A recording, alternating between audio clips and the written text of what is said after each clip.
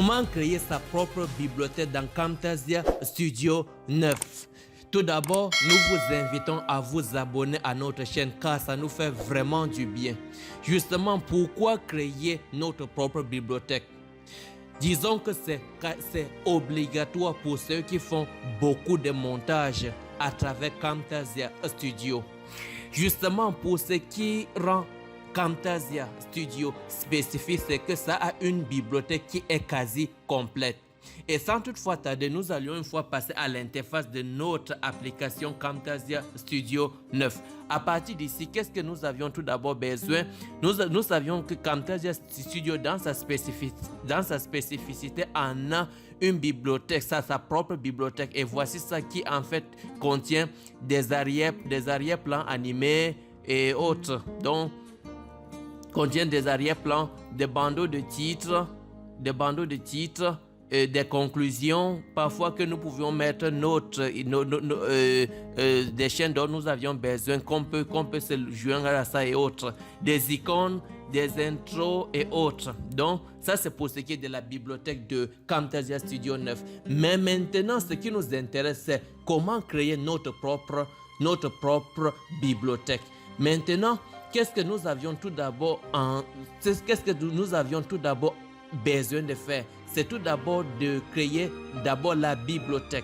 Et pour cela, lorsque nous appuyons dans Camtasia ici, à partir d'ici, cet onglet s'affiche et maintenant nous descendons dans créer une bibliothèque et on appuie ici. Et lorsqu'on appuie ici, il faut déjà tout d'abord de renommer ça. Nous renommons ça par tuto. Déjà, tuto. Et après qu'on a créé cette bibliothèque déjà, maintenant, qu'est-ce que nous allions maintenant faire? Nous revenons maintenant dans les éléments de la multimédia. Maintenant, soit nous pouvions faire la bibliothèque pour ce qui est des photos, pour ce qui est des vidéos et pour ce qui est des musiques. Tout d'abord, nous allons essayer avec pour ce qui est des vidéos. Voici, nous prenons cette vidéo et nous la mettons dans la piste. Pourquoi nous mettons dans la piste? C'est justement parce qu'il peut y être que nous n'allions utiliser qu'une partie de la vidéo. Et lorsqu'on met dans la piste maintenant, on peut découper ça et de ne conserver que la partie qui nous intéresse. Et si c'est toute la vidéo qui nous intéresse, nous n'avions qu'à faire un clic droit ou bien d'utiliser notre clavier en appuyant sur CTRL-SHIFT-A. Et en fait, cela va nous ouvrir ajouter à la bibliothèque. Et maintenant, comme c'est ici, nous n'avions qu'à renommer ça par vidéo. Et maintenant, c'est fait. C'est fait avec pour ce qui est de la première. Maintenant, nous revenons pour ce qui est des photos. Nous n'avions qu'à sélectionner nos photos dont nous avions besoin de créer cette bibliothèque-là. Nous les sélectionnons, nous les mettons dans la piste. Maintenant, voici tous les 3 photos. Ça peut être plus, donc ça dépend de tout un chacun. Maintenant que nous avions ces photos ici, si c'est toutes ces 3 photos ici qui nous intéressent vraiment de mettre ça dans la bibliothèque, nous n'avions juste qu'à faire un clic droit et de choisir toutes les 3 photos et de faire aussi un clic droit. Fait un clic droit qui en fait nous ouvre cet onglet. Maintenant on descend à ajouter à la bibliothèque. Maintenant ça nous indique ici que c'est le groupe, donc c'est-à-dire ce n'est pas qu'un seul fichier. Et maintenant nous n'avions qu'à renommer. Nous mettons par exemple aussi photo. Nous mettons photo et comme c'est fait, voilà ça que ça charge, et que lorsque ça finit de charger, ça fait en fait dire que ça a créé cela. Et c'est maintenant ici. Nous revenons maintenant aux musiques. Voici maintenant, nous choisissons 2 musiques par exemple. Ou laissons même une musique ici. Maintenant, ce qui est important ici à savoir, c'est que il peut y être que ce n'est pas toute la musique que nous voulons. Que nous voulons peut-être qu'une partie de la musique. Et pour cela, qu'est-ce que nous ferions? Nous n'avions juste besoin que de découper ça et de mettre à la partie qui nous intéresse. Et maintenant, qu'est-ce qu'on fait? Nous revenons ici, voici la musique. Si par exemple, ce n'est pas toute la musique qui nous intéresse, si ce n'est pas toute la musique qui nous intéresse, nous n'avions qu'à mettre... donc, nous n'avions qu'à découper la partie qui nous intéresse. Si c'est par exemple cet endroit-ci, nous faisons ici côte. Maintenant, nous avançons. Si peut-être c'est ici qui nous intéresse, nous appliquons aussi côte. Et nous retirons la partie qui nous intéresse. Et si au-delà de ceci, c'est encore la partie-ci qui nous intéresse, nous mettons côte. Et si c'est au-delà de ceci, c'est la partie-ci aussi qui nous intéresse, nous découpons. Et maintenant, après qu'on a découpé, si c'est en fait tous les trois ce qui nous intéresse, que nous aurions besoin de ça à tout moment, nous n'avions qu'à faire la même procédure que comme tout à l'heure. Et nous renommons ça musique. Nous renommons ça musique. Lorsque maintenant c'est fait, nous voici maintenant avec tout ce que nous avions créé la bibliothèque. Et lorsqu'on finit de créer la bibliothèque, on peut tout effacer ceci. Si en fait nous ne voulions plus travailler avec ça. Maintenant que c'est maintenant dans la bibliothèque, et à tout moment nous pouvons les utiliser. Par exemple, voici la vidéo qui était. Et il ne suffira juste que de faire un clic maintenant qui va nous mettre ça dans la piste.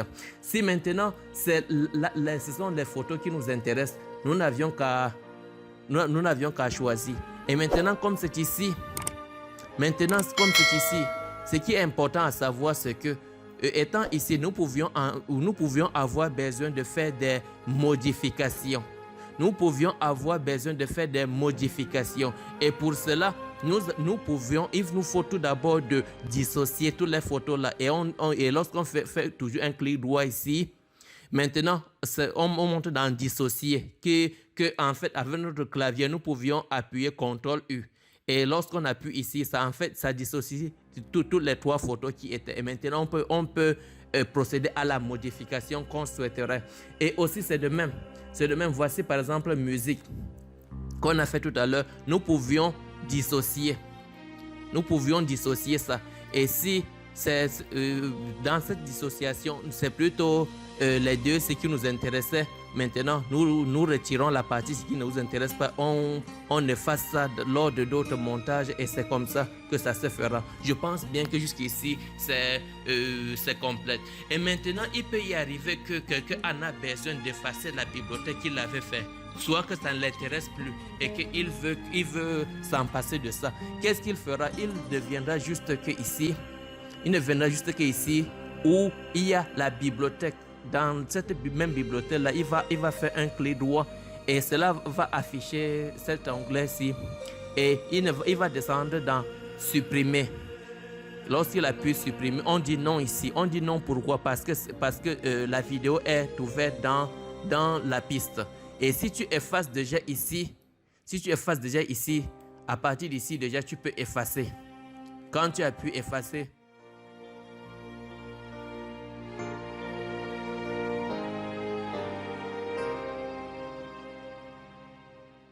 qu'est-ce qu'ils veulent par là? Ils veulent par là dire ici que c'est ouvert quelque part. Ils veulent par exemple dire que c'est ouvert quelque part. Et maintenant nous rentrons dans l'élément de la multimédia. Et on cherche ici. Si on efface déjà ici, si on efface déjà ça à partir d'ici, cela en fait veut dire qu'on peut maintenant rentrer ici et maintenant effacer. Nous voyons maintenant que comme ça s'est effacé. C'est aussi de la même chose que pour les photos. On ne peut pas l'effacer tant que c'est dans la piste. Donc il faut effacer dans la piste et après cela va nous faciliter qu'on puisse aller effacer de l'autre côté. Je pense bien que on va s'arrêter ici et je pense aussi qu'on a pu brosser en quelques points de cela et c'est à chacun maintenant de changer ça suivant ses goûts, suivant ses envies. Et justement, comme on a si bien dit, l'importance de créer la bibliothèque, c'est justement pour nous faciliter l'utilisation. Parce qu'il peut y arriver que nous ayons peut-être des bruitages. Il peut y arriver que peut-être nous avions peut-être notre logo ou autres et que nous voulions à chaque fois de les insérer dans nos vidéos. Et pour cela, lorsqu'il y aura déjà ça dans la bibliothèque, on n'aura plus à rentrer dans la mémoire de l'ordinateur afin de chercher ça. Ou bien, par exemple, un bruitage peut être au milieu d'une vidéo et qu'on a besoin à chaque fois de ça. Nous n'aurions pas à chaque fois d'aller chercher la vidéo et de découper et retirer ce bruitage-là. Non, nous aurions juste qu'à découper ça et de savoir le cadrer afin de le conserver ici. Et on vous laisse ici et prenez bien soin de vous. Ne manquez pas de vous abonner à la chaîne car ça nous fait vraiment du bien. Et si la vidéo vous plaît, ne manquez pas de liker. Et si ça vous plaît aussi, vous pouvez aussi aider vos amis vous pouvez aussi les aider aussi à partager la vidéo. Et je vous laisse ici. Prenez bien soin de vous. Ciao.